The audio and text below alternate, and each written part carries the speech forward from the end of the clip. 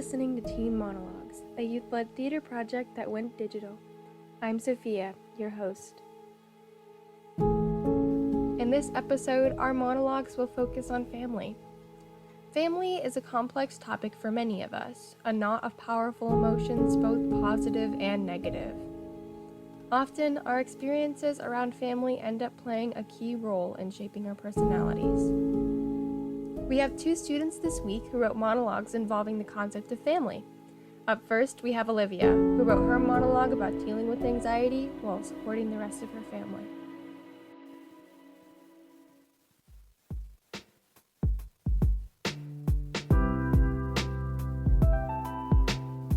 Don't you dislike it? That moment when you're sleeping, then all of a sudden it feels like you're falling and you wake up instantly? Is that a vibe check for ourselves? Making sure we are alive and shit? Like, the heck, bro? When you wake up from it, you have your eyes wide open, looking around, nervous as heck, kind of gasping for air, but you don't realize it. Then, you know that you're fine. If only I could have realized that I was fine in such a short time. Anyway, you see, this reminds me of a time when I had an anxiety attack. There were so many people around me. They were doing nothing though, just chilling like a villain, but my whole body and mind went crazy. I was feeling that moment of gasping for air, heart beating as if you just finished the mile run. Your chest is hurting as if something is weighing in on it. Now, we all cope with anxiety in different ways. For me, however, I wasn't trying to cope with it. I was in denial. Each of my family members have some sort of disability, except me. I feel the need to make sure my family is doing fine. Let me share something with y'all that's personal. Many years ago, I was a secret holder. One of my parents was having an affair, which I knew of, and they told me not to say anything. The other parent was trying to find out what was up, and I was in the middle of that. I had to help them out emotionally, kind of being their therapist in a way, since they had bad communication with each other. Later on, they needed my advice with most adult things. That includes being asked about the bills, being the one having to choose the groceries, or even making sure my family doesn't overspend on any luxuries before paying bills and whatnot. I feel pressured to be the one who's alright, just enough to help them with anything. I couldn't let myself accept the fact that my mental health was taking over. My anxiety and depression were stopping me from opportunities that were going on around me. Obviously, I needed help. Thankfully, I had very good friends who pushed me to actually ask for guidance. They were going through similar experiences as well. And we all decided that we were going to do something about it rather than just complain and suffer. Yes, there were ups and downs, but it was all worth it because look at me now, on a podcast talking about this stuff rather than being in a corner watching TikToks and crying. So now that feeling isn't much of a problem anymore. That feeling has dissipated almost. That feeling is now overcome.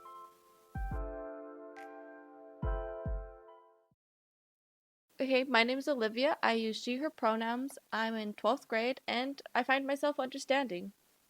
So for any listeners who might not be aware, do you want to take a shot at explaining what a vibe check is? Well, I think there are many ways to interpret vibe check, but in very simple definition, it's what you're feeling, basically the vibes you give off. And someone has to check it in their own way, I suppose. In the monologue, you talk about being the keeper of secrets and the therapist to your family. What did you learn about healthy and unhealthy relationships in taking on this role? One of the main things I've learned was communication is key to a healthy relationship. My parents lacked communication, and I realized that understanding is an important key factor as well. I think putting yourself in another person's shoe will help your mindset and be more open. My parents were closed off, which was not good in a relationship. I've taken this close to heart, and I try to apply this with every relationship that I have. Do you feel anxiety has affected you in other ways besides having anxiety attacks? Well, anxiety has been a real struggle. It has made me not be able to participate in some activities I've wanted to do as well. I don't talk to my family about what I'm dealing with most of the time, so it's made me distance myself more than usual. Anxiety has also brought depression into my life as well, and due to that, I started missing school and staying home more often. Are there any techniques or things you've learned to help calm yourself down when you're feeling anxious? So, what I do is I try to distance myself from the situation. Not too much though, so I don't bring attention to myself because sometimes I can make things worse. But once I do, I take deep breaths and focus on my breathing. Usually my body is tense, so once I'm focusing on my breathing, I try to fixate my mind into relieving the tension. What do you think are some of the roadblocks that get in the way of teens taking care of their mental health or asking help with it? I believe one of the roadblocks teens have is themselves. Not trying to get deep or anything, but when I was going through this struggle, I just thought that I could deal with it by ignoring it or even accepting it but not doing anything about it and just keep going through life. What teens need to know is that they're important, and once that's in their head, they'll be unstoppable. Of course, everybody's different though, and they'll go at their own pace, but just believing that their mental health is valid and doing something about it will make life a little easier to deal with. Thank you so much, Olivia. Yeah, you're welcome. Our second piece today comes from Eulaimi, who wrote a poem about being the eldest sibling in her family and keeping it together when things fell apart.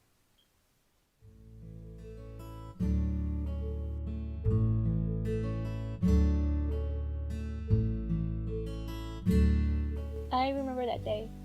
I was having a blast with my friends until I was called in. Didn't know why or what was going on until I came in and he told me, I'm going on a trip. Do you want to come with me? I knew I couldn't let him go alone, so I decided in silence to pack a pair of clothes and get my things ready. And as I stood there, my mom gazed into my eyes as if she wanted me to stay. And as I walked down the hall, I heard my mom say, Tienes más de una hija. Ve y si las otras también. You have more than one daughter. Go ask the others as well. So he did. He told the rest. And they came up to me wondering if I was going to go and asked me if they should go too. And as always, I felt it would be best if I stayed with mom. I felt as the oldest I should bear all the responsibilities and make sure everything would go well. By this I meant I needed to make sure he didn't cause any trouble or make any rational decisions. I know it's kind of low on my shoulders, but I like to believe I can handle it. Before I left that night, my sister said it's just like a divorce. I knew it wasn't, but it made sense from her perspective. I went to the car trying not to think anything happened, trying not to hear their constant echoing of their yells and cries, their misunderstandings, miscommunication, and their constant depleting threats. And I'm in the center of all this agony. Everyone tell me what's wrong with who and who's right. But who is right? I see no change for so long, and when there is, we go right back. Why do we go back? I've always had to mature from a young age. Maybe that's why I'm able to understand, comprehend where everyone's coming from. But who is there when it's too much? When I'm bawling my eyes out, it felt as if my whole body is trying so hard not to burst. But I guess I'm part to blame. I'm always hiding, trying, stopping anyone from coming in or knowing what I'm going through. I guess I'm just used to it. Why should I say anything if I don't have anything new to say? I am Yulemi. I am in 11th grade. I use she, her pronouns, and I am spontaneous. There's a strong theme of responsibility in your monologue, feeling responsible for your dad, your siblings, and so on.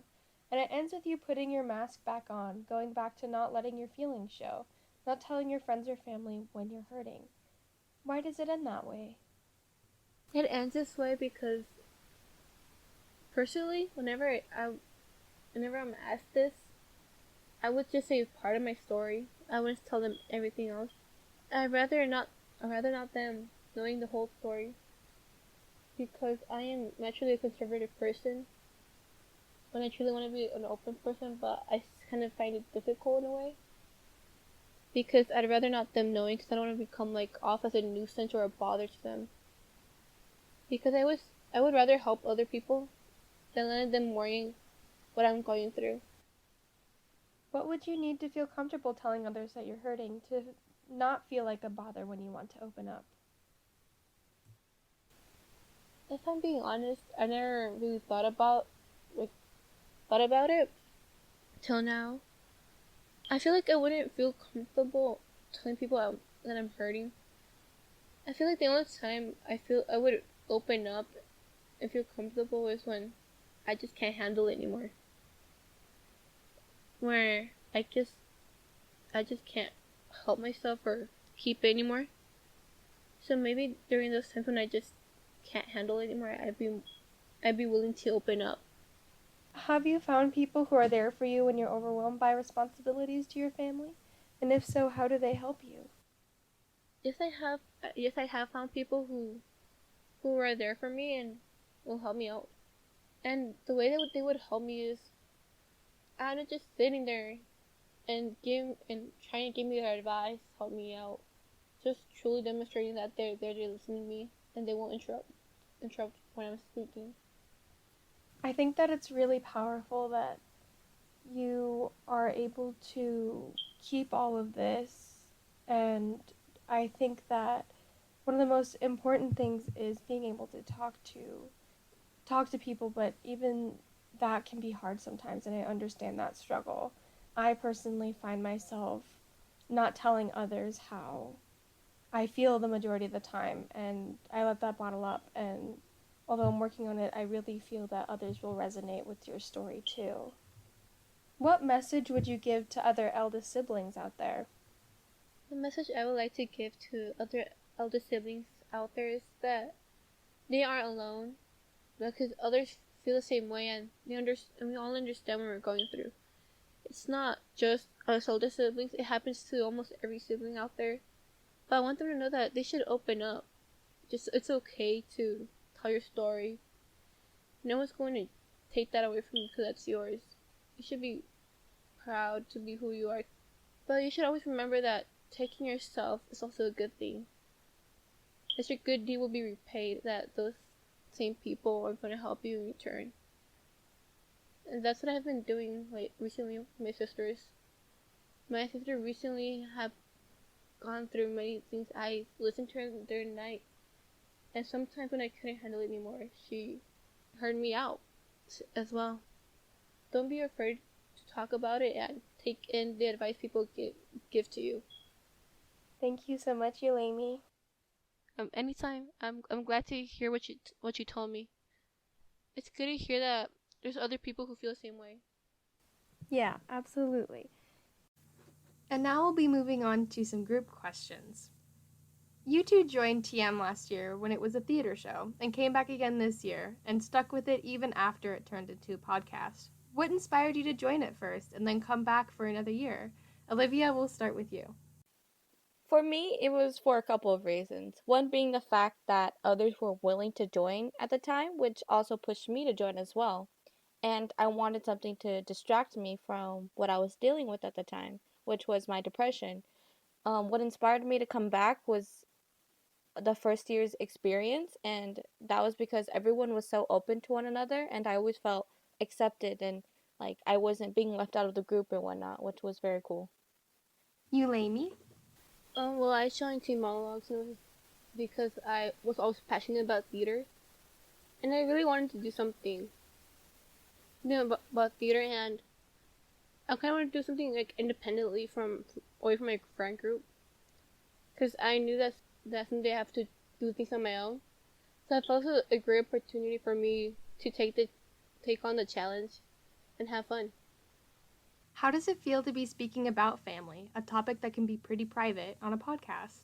Olivia? Well, I'm very glad that I get to talk about this because obviously it is a private topic, and I know some people personally who don't have anybody to talk to about their family situation. I'm hoping this podcast can motivate others to talk about what they're dealing with because it's not healthy to keep it in, and I think it's very relieving to let others know as well. Yulami? I, how Olivia said, this is a private topic.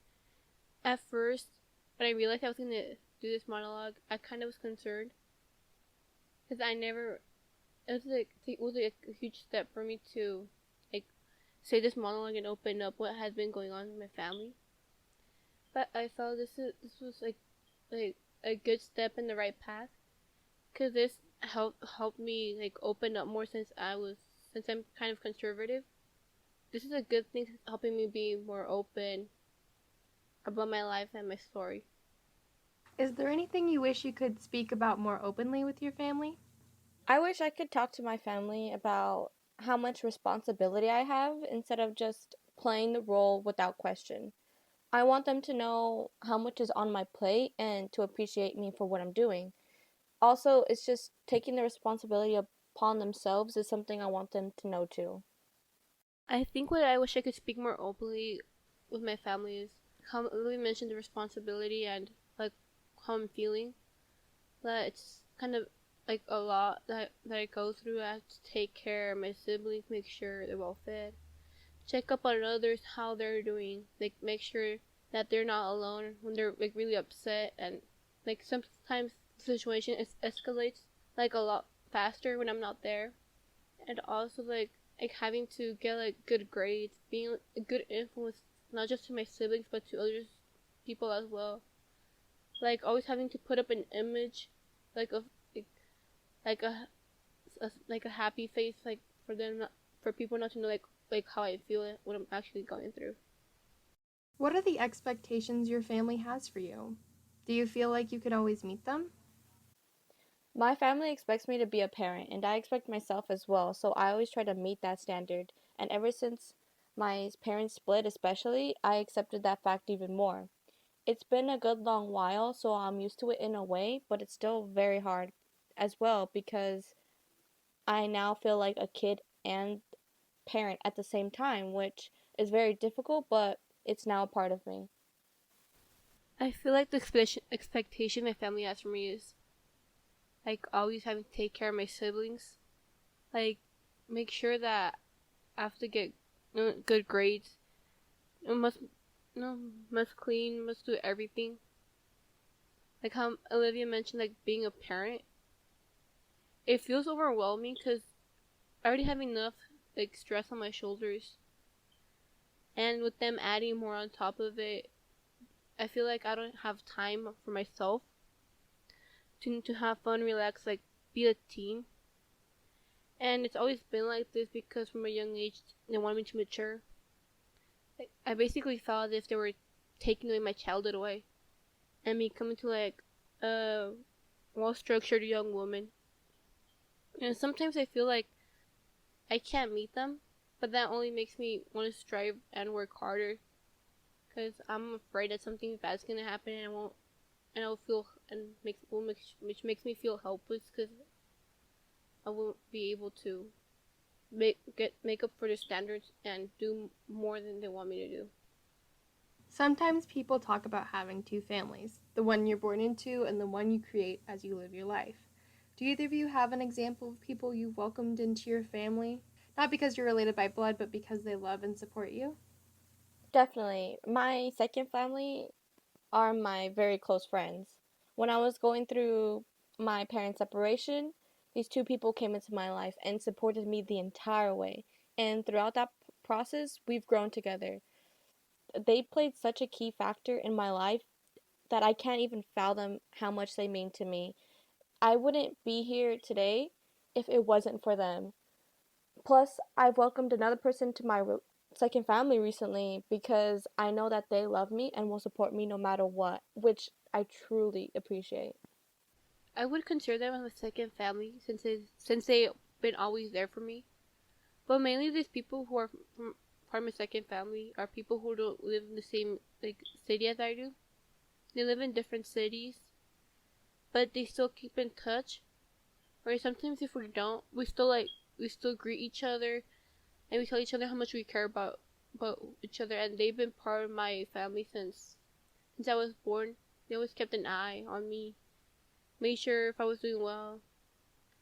They Because back then when I was born, there was like so much drama, so much backstory, which makes me feel seem like happy in a way since I there's always been people who were there to look out for me, even though I wasn't capable of making my own decisions yet. What's been your favorite part of the project, both the theater production and the podcast? My favorite part of the theater production was being able to perform in front of others and seeing the audience's reaction afterwards. For the podcast, my favorite part is also the recording process, like right now. I love being able to give others a chance to listen in about our experiences and whatnot. My favorite part of the theater production was again just like getting to start to know more people, like know their stories, like getting to perform how Olivia mentioned, and as well for the podcast, just like hearing their stories again, and like what we're going through, and like right now just hearing Olivia makes me feel as if like I'm not alone either, that we are going through like similar situations, and we will always be there to help one another, which truly inspires me because she's putting the effort and the hard work to open up as well. What's the funniest thing that's happened during a rehearsal or performance? Um, okay. During rehearsal, we would be messing around in the back, making jokes, and it mostly consisted of Oscar, Caden, and B talking about random stuff that would legit make everyone laugh. It was hilarious. You, Lainey? For me, I think the funniest thing that happened was, I don't know, we'd be playing games during like our break time, or like during snack when we were eating snacks, or just after we finished with rehearsal. Just with everyone being there was fun. Katie was playing the piano. Yeah, I figured someone was going to talk about that.